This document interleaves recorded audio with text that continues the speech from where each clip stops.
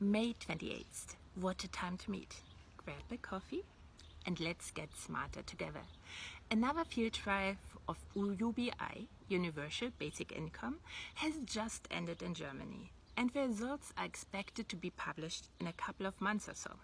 Since it is the next field trial in a long row of field trials, the report will talk about mental health benefits, job growth, greater equality, better education, and a whole host of other positive effects that the UBI has. People will nod and smile, and nothing will come out of it. There are two major reasons why. For one, these field trials are designed to gather facts. The belief is once people are presented with the facts, with the numbers in particular, they will be able to reason to the right conclusion.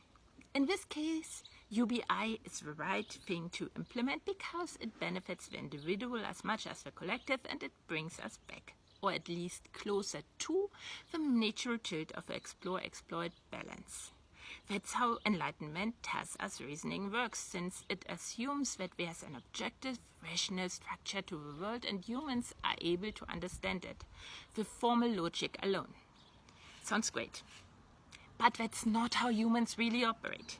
As part of biology, we are committed to real-time sense-making on the basis of the data we collect and interpret. We select a sliver of this information and use it to make an assumption, to generate the best model of the world and self we can within our time and metabolic restraints. Rinse and repeat, moment for moment. It's a very subjective process in which a lot of the information, facts, even hard numbers, that doesn't fit into the assumption is not selected for the sake of making the model work quickly and efficiently. Now, it is suggested to us from birth that humans are, by nature, selfish and lazy. The worldview of those whose long sense of power has destroyed their ability to mirror, to use part of the same data sorted into the pattern that makes up other people to generate their self, and who therefore misinterpret the signifiers of the act of exploration as messing around and stealing from them. We are constantly confronted with this message, what reinforces it and makes us prone to select this information to generate our model of a world. Cultural info facts. Any positive facts about UBI, as well supported with numbers as they might be, will have a very hard time to overcome this reinforcement and make it into the selection instead. It will be the less likely the more rigid the data selection process has become, because exploitation of existing knowledge suppresses our natural inclination to explore the triggers that will shake up the data selection. The suggested lazy and selfish thing, although it is the way to search that guarantees the highest payoff for all. And that gets us nicely to my second reason why the field trials will yield no change. The lens through which these field trials look at UBI is all wrong, and those with setup will not get to the real thing that underlies all the positive effects. A return to the natural tilt of explore-exploit balance toward exploration. Random searches guarantee the highest payoff, especially when you are a tiny part of a huge complex system in which everything must be considered a variable and of which you are only aware of very few details, what means that all you really do is guess. The human architecture is on the one hand forced through time and metabolic restraints to limit our best assumptions of the existing physical world on two levels: data collection and information selection. This hampers the ability to conduct a random search.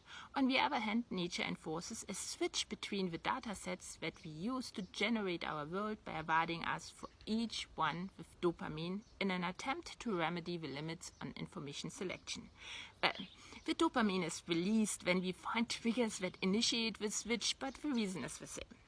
We are pushed to conduct as closely to a random search of the physical universe as its laws permit. The problem with random searches is, though, that they also carry the highest risk of failing, whose a single individual alone will not survive a lifestyle in which exploring takes up most of their time. To set off the risk, it takes a large collective that goes after the highest payoff together and then shares it to such a degree that every member of a collective never fears to continue exploring. The side effect is that everyone gets as much dopamine as prescribed by nature, leading to mental and bodily health benefits, etc. We also get more insights into the physical universe faster, leading to better solutions for our existential problems. But this only works in a large enough collective of cooperating people. Think of an ant colony, who aren't corrupted by a sense of power nor hunger. Both are things that mess with mirroring, the other trick nature implemented to make an exploring lifestyle work for humans. In such a collective, it is ensured that all available data is considered in all possible combinations at least once. Thus, all the insight there is to be gained is found and can be used by all for further exploration. That's the only way to unlock the biggest prize, and the reason why people in prehistory collaborated in networks that sometimes spanned whole continents and had a special place in their midst for bodily and neural diverse. Field trials for UBI are neither large enough, nor are the participants interconnected in a cooperating network, nor are the cultural influences that tell them not to trust the other and always aspire to selfish goals eliminated. So there's always the implication that the money is given to the individual participants from the outside, not revenue of a corporation shared between the members of a collective at the inside. And the hand that gives wants a share while not accepting the rules of a collective applying to it. To spell it out, the hand expects to be rewarded more than its fair share at the end, what destroys the whole system. The real field trial has to be much bigger and start inside all of us with a change of attitude back to what was once normal. An explorer attitude, also known as thinking. Make a habit out of thinking. Let's turn thinking into a movement.